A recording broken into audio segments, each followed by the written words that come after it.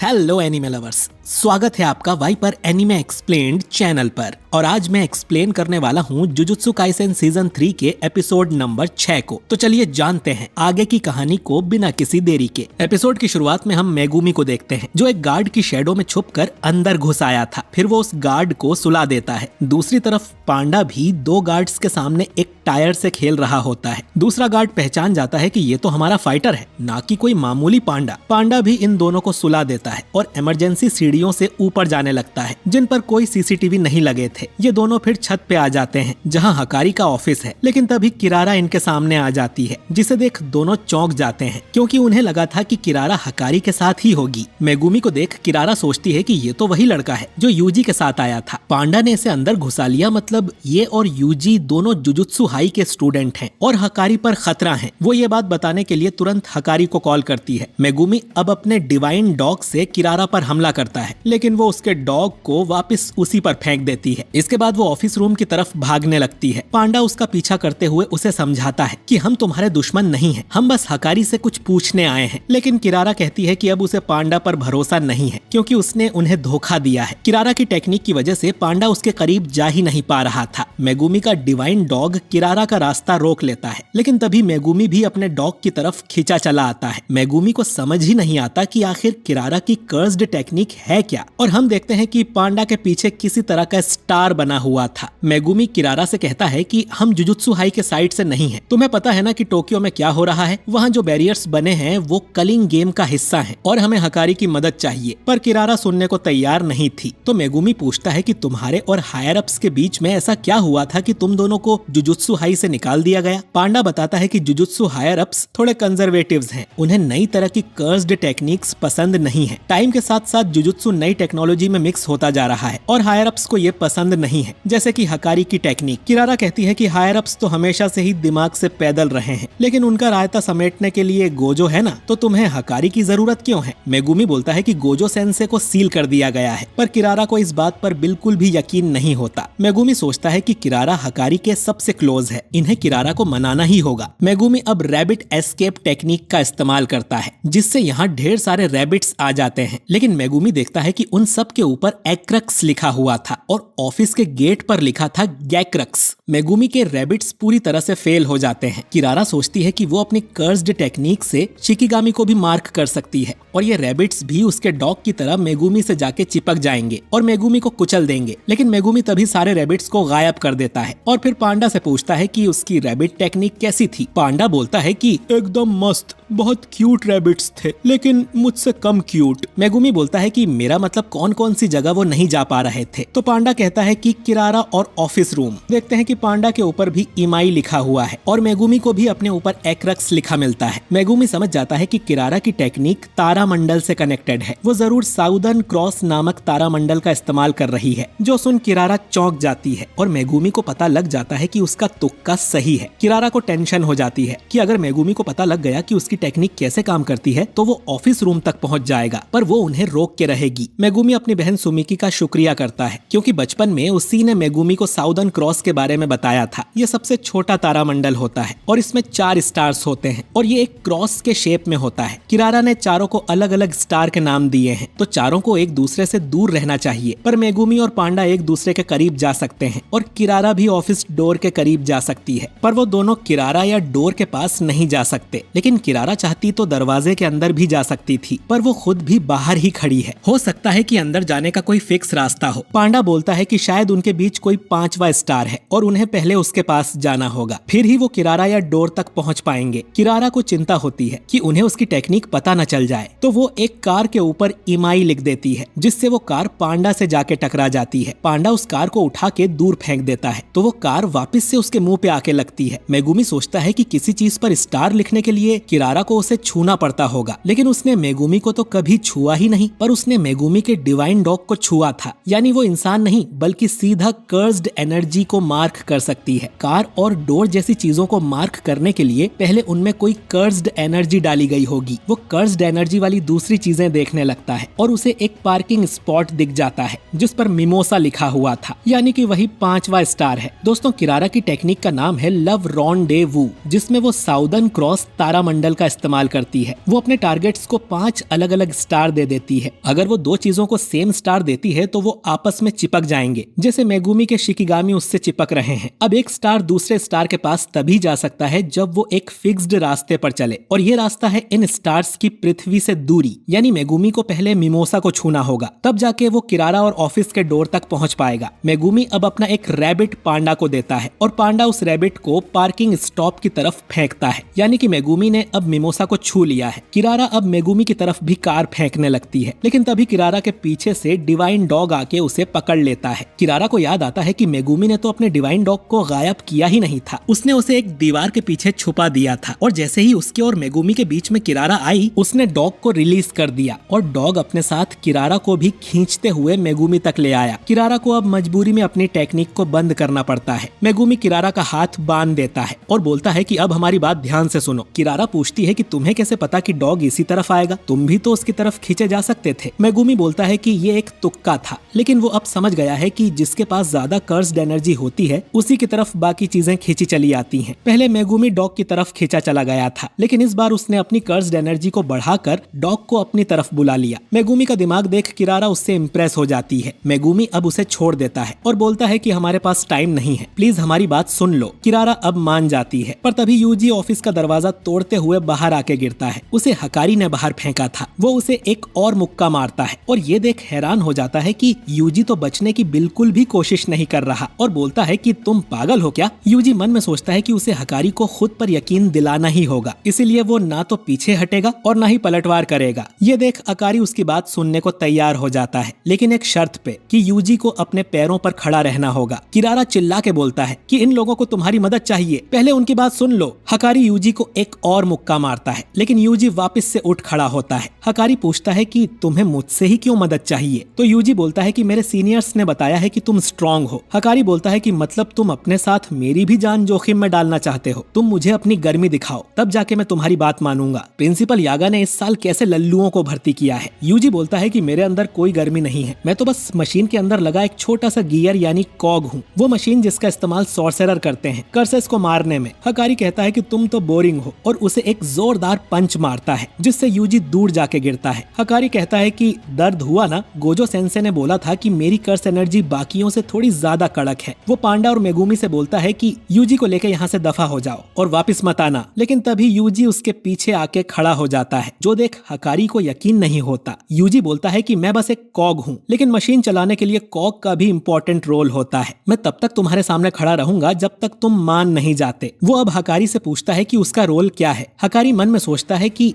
तो ये है कॉग की गर्मी। वो उसे फिर से पंच मारने लगता है, तो किरारा उसे रोकते हुए बोलती है कि तुम थक गए हो ना। हकारी अब रुक जाता है और बोलता है कि मैं तुम लोगों से डील करने को तैयार हूँ। किरारा बताती है कि वो भले ही हायर अप से नफरत करते हो, लेकिन हकारी को सबसे ज्यादा गर्मी जुजुत्सु हाई में रहकर लोगों की मदद करने से ही मिलती थी। तभी यहाँ पर एक शिकिगामी आ जाता है। ये कोगाने है जो कि कलिंग गेम के बारे में बताने आया है। ये कहता है कि कलिंग गेम में एक नया रूल जोड़ा गया है, रूल नंबर 9। कोई भी प्लेयर किसी दूसरे प्लेयर की सारी जानकारी देख सकता है, उसके नाम, पॉइंट्स, उन्होंने कितने नए रूल जोड़े हैं और वो कौन सी कॉलोनी के बैरियर में है। हम देखते हैं कि ये नया रूल काशिमो नाम के प्लेयर ने जोड़ा था, जिसने ऑलरेडी इतने कर्सेस को मार दिया था कि उसके 200 पॉइंट्स हो गए थे, लेकिन उसे सब लोग बहुत कमजोर लग रहे थे। 400 साल पहले के लोग ज्यादा स्ट्रॉन्ग थे जिनसे वो लड़ा करता था। काशिमो अब सीधा सुकुना से लड़ना चाहता था, इसीलिए वो अपने 100 पॉइंट्स का इस्तेमाल करके एक नया रूल बनाता है कि सभी प्लेयर्स एक दूसरे की इन्फॉर्मेशन देख सकते हैं। और ये एपिसोड यहीं पर एंड हो जाता है। तो दोस्तों, आई होप कि मैंने पूरे एपिसोड को अच्छे से एक्सप्लेन कर दिया है, खासकर किरारा की कर्स्ड टेक्निक को। अगर आपको कोई डाउट हो तो आप कमेंट करके पूछ सकते हैं। बाकी वीडियो अच्छा लगा हो तो इसे लाइक और शेयर कीजिए, और अगर आप हमारे चैनल वाइपर एनीमे एक्सप्लेन्ड पर नए हैं तो हमारे चैनल को सब्सक्राइब करके बेल आइकन जरूर दबाइए। मैं मिलता हूँ आपसे बहुत ही जल्द अगले वीडियो के साथ।